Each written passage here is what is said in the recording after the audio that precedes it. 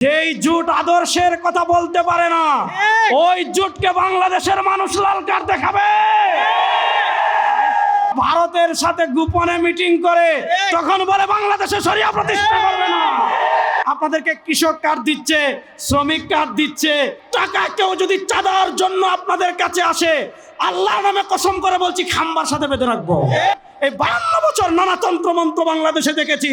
আগামীর বাংলাদেশ হবে শরিয়ার বাংলাদেশ, ইসলামের বাংলাদেশ, কোরআনের বাংলাদেশ, হাত পাখার বাংলাদেশ। আমাদের নেতা বিশ্ব ইসলামী আন্দোলনের অন্যতম সিপাহ সালার, বাংলাদেশের মাটি ও মানুষের আপসীর নেতা, বাংলাদেশের ইসলামী মূল্যবোধের অন্যতম পাহারাদার মুফতি সৈয়দ মোহাম্মদ রেজাউল করিম পীর সাহেব চরমনায় আমাদের সামনে উপস্থিত হয়েছেন। আলহামদুলিল্লাহ। আজকে এখানে আমি বক্তৃতা করার জন্য আসি নাই।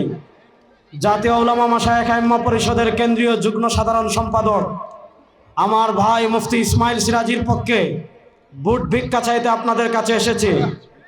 আপনারা জানেন এই নারায়ণগঞ্জ ফতুল্লা, এখানে পাঞ্জাবি জুব্বা পরে রক্ত মাংসের বিএমপি যারা শরিয়া বিশ্বাস করে না, তাদের নাম নিয়ে কেউ যদি ভোট চাইতে হয় আপনারা তাদেরকে ভোট দিবেন না। আর পীর সাহেব চরমনাই ইসলামের পক্ষে এক বাক্সের কথা বলেছিলেন। এই ইসলামের পক্ষের এক বাক্সের পক্ষে যাদেরকে দিয়ে ইসলামের পক্ষের বাক্সকে কলঙ্কিত করা হয়েছে তারা হলো এনসিপি। আপনারা জানেন এনসিপি বলেছে এই 10 দলীয় জোট এইটা কোনো আদর্শ ভিত্তিক জোট না। যেই জোট আদর্শের কথা বলতে পারে না ওই জোটকে বাংলাদেশের মানুষ লাল কার্ড দেখাবে। এক দল প্রকাশ্যে শরিয়াকে অস্বীকার করে, আরেক দল যখন আপনাদের কাছে ভোট চাইতে আসে আপনাদের কাছে এসে বলে শরিয়ার কথা, আর যখন ভারতের সাথে গোপনে মিটিং করে তখন বলে বাংলাদেশে শরিয়া প্রতিষ্ঠা করবে না। বাংলাদেশের মানুষ তাদেরকেও ক্ষমতা দেখতে চায়। বাকি আছে একটা প্রতীক, শান্তির প্রতীক, হাত পাখা। বাকি আছে একটা প্রতীক, শান্তির প্রতীক। আপনারা জানেন এই ফতুল্লা, এখানে বাংলাদেশের অর্থনীতির অন্যতম রেমিটেন্স গার্মেন্টসে ভরা। আমি আপনাদের সামনে আল্লাহর নামে কসম করে বলছি, আপনারা যদি মুফতি ইসমাইল সিরাজিকে ভোট দিয়ে সংসদে পাঠান, আপনারা নির্বিঘ্নে গার্মেন্টস পরিচালনা করবেন। 1 টাকা কেউ যদি চাঁদার জন্য আপনাদের কাছে আসে, আল্লাহর নামে কসম করে বলছি খাম্বার সাথে বেঁধে রাখবো। আল্লাহর নামে কসম করে বলছি কেউ আপনাদের কাছে 1 টাকাও চাঁদি লাভ করতে পারবে না। সুতরাং পীর সাহেব চরমনাই অনেকে আপনাদেরকে কৃষক কার্ড দিচ্ছে, শ্রমিক কার্ড দিচ্ছে, কেউ আপনাদের ভিকটিম কার্ড হচ্ছে, কেউ আপনাদেরকে ইনিয়ে বিনিয়ে নানা কথা বলছে।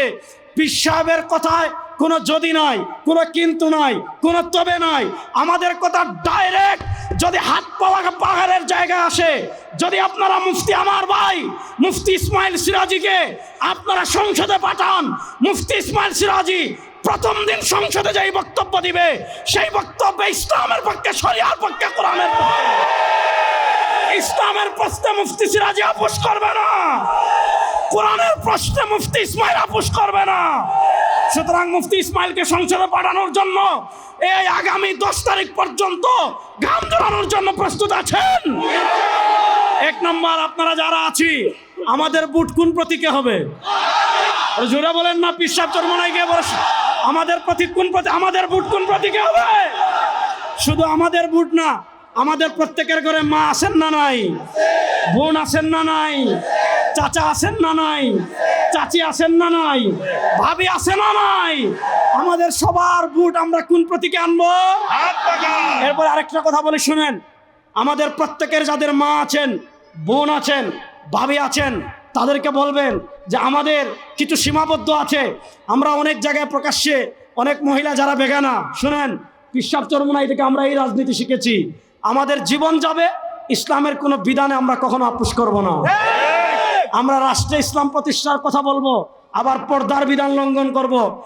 রাষ্ট্রে ইসলাম প্রতিষ্ঠার কথা বলবো, শরিয়ার সুস্পষ্ট বিধানের উপর জবাই করব। ওই মুনাফিকের রাজনীতি বাংলাদেশে অনেকে করতে পারে। পীর সাহেব চরমনাই আগেও করেনি, এখনো করছে না, সামনে করবে না। সুতরাং আমাদের মা বোনদের কাছে প্রত্যেকে এই বার্তা পৌঁছাই দিবেন, পীর সাহেব চরমনাই সালাম পৌঁছাই দিবেন এবং তাদেরকে বলবেন আপনারা আপনাদের পাশের ঘরে যান, আপনারা আপনাদের পাশের বাসায় যান, আপনারা আপনাদের নিকটবর্তী বাসায় যান, গিয়ে পৌঁছাই দেন এই 52 বছর নানা তন্ত্রমন্ত্র বাংলাদেশে দেখেছি।